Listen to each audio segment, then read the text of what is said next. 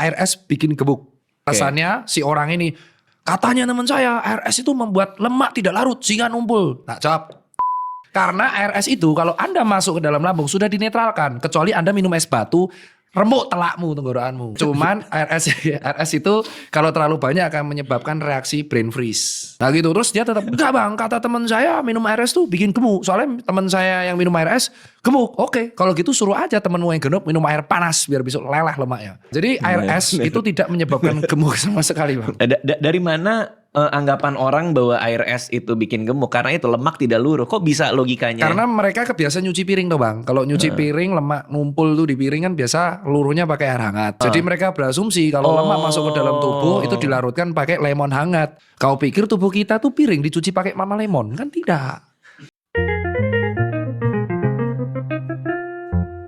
Minum air putih sebelum tidur itu kurang baik karena ginjal butuh istirahat. Loh, siapa yang bilang itu? Itu kurang tepat mas. Oh, kurang tepat. Kurang tepat ya. Jadi yang betul itu adalah ginjal kita tuh tidak pernah istirahat. Oke. Ginjal kita tuh beraktivitas 24 jam nonstop.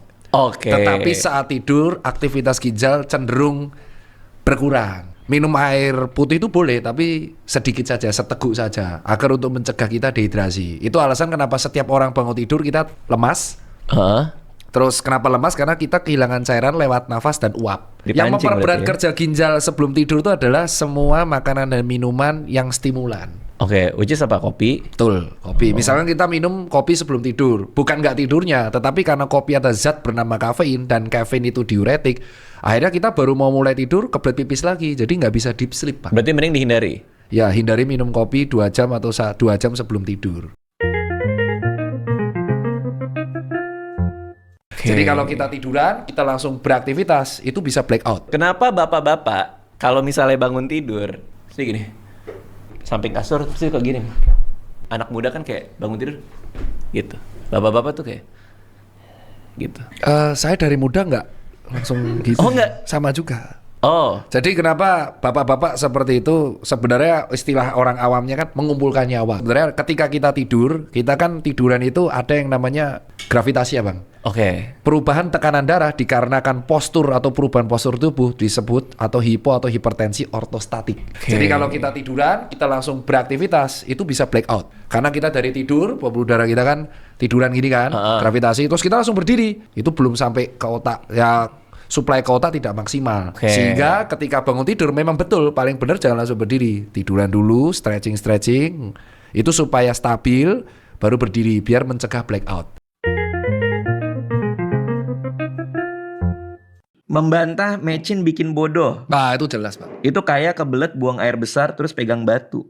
Nggak ada hubungannya. Iya, betul. Pernah ngomong kayak gitu berarti? Pernah. Itu gimana tuh? Kan mecin katanya banyak orang bilang bikin bodoh lah. Jawabannya adalah micin tidak bikin bodoh. Oke. Selesai, case close. Oke, kamu konsumsi berlebihan is not good for your life, tapi after long effect. Tapi kalau misalkan makan, ya sesuai dengan dosis, anjuran, dan kamu juga hidup sehat, dan makannya juga bukan ultra processed food, ya nggak masalah.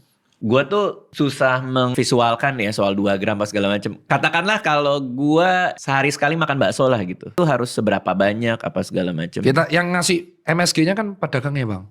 MSG kan biasa, aku lihat sendiri ya, pedagang tuh paling semene bang, ini paling cuma setengah gram bang. Nah biar kelihatan tuh gimana tuh? Ini Ya, misalnya kita ada bakso lihat, nih. Pak. Mana micin? Gitu kan.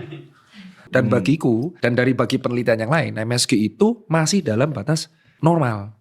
Oke. Nggak bikin bodoh bang. Nah terus aku akan garis bawahi, ada orang yang makan MSG berlebihan, ada. Yang makan MSG berlebihan, ada. Jadi biasanya pada orang-orang yang mengalami hipertensi stage 2. Iya. Jadi hipertensi itu ada banyak stage-nya. Dia di atas 150/100. Dia tuh sensorik lidahnya yang asin berkurang. Oke. Jadi dia ngerasa ciri khas orang hipertensi, kurang asin ya, dia nambah terus. Oh karena kebanyakan itu garam Natrium. dan lain-lainnya Iya, itu. jadi di masa tua dia ngerasa kayak, wah ini kurang asin. Dia nambah MSG terus. Sampai banyak. Terus yang disalahin MSG-nya ya kan enggak. Dan ini fakta lagi bang. Garam yang pada MSG itu tidak lebih banyak dari garam pada kecap. Oke. Kecap itu ada natriumnya. Oke. Kecap asin itu natriumnya adalah 1 gram per 1 sendok makan.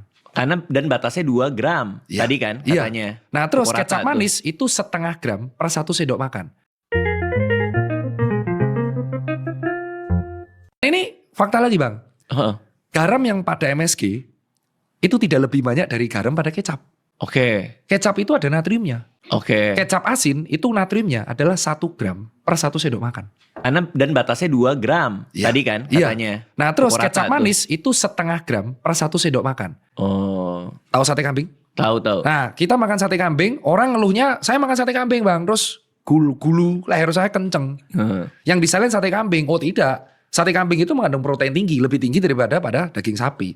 Oke. Tapi karena sate kambing ini udah dibakar, kecapnya banyak banget, dibumbui sama kecap lagi. Yang bikin naik adalah natrium pada kecap manis. Oke. Akibat apa? Akibat kecapnya berlebihan. Gitu. Iya, iya. Selama kecapnya nggak berlebihan, ya it's okay kan? Bener.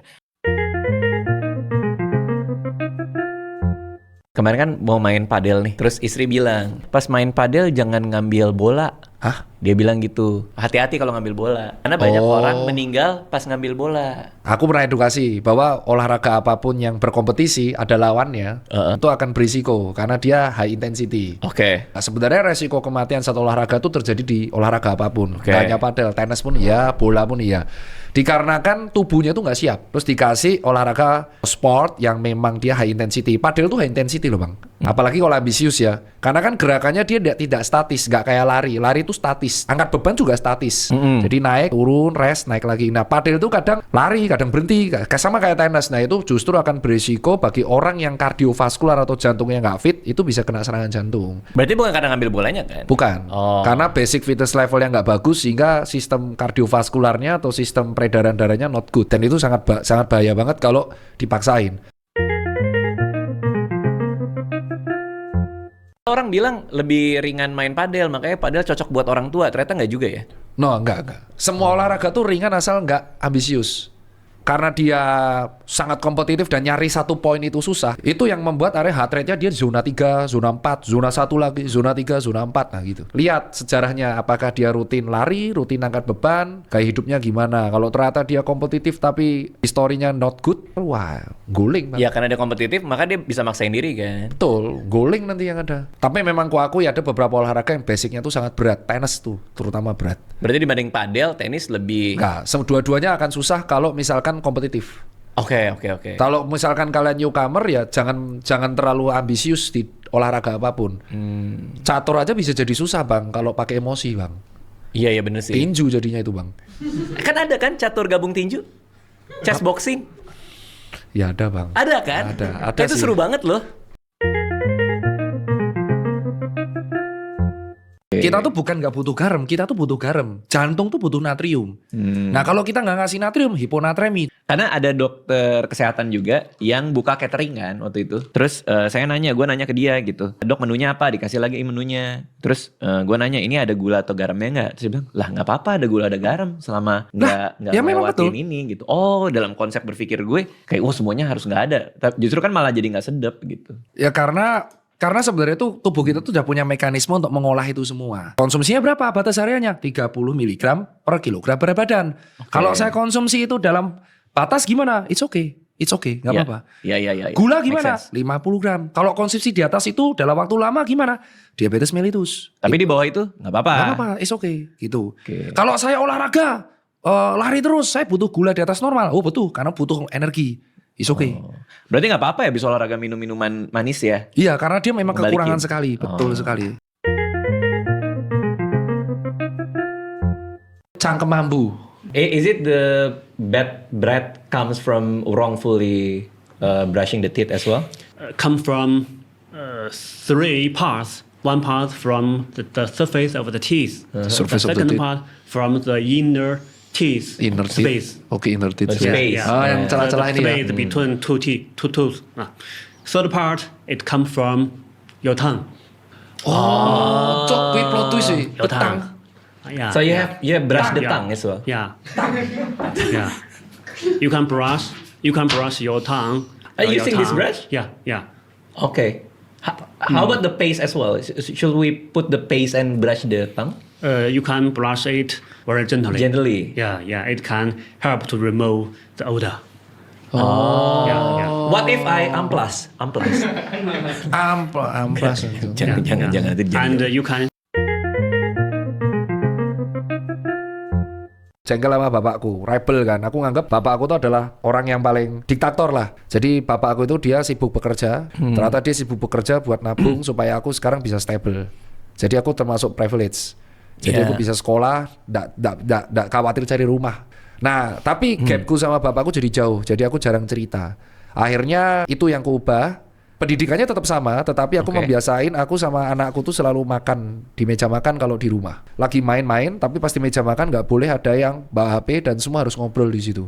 Disitulah titik anakku terbuka sama aku. Dia cerita soal temennya, bapak temennya, diajak ngapain, main apa, itu cerita di situ.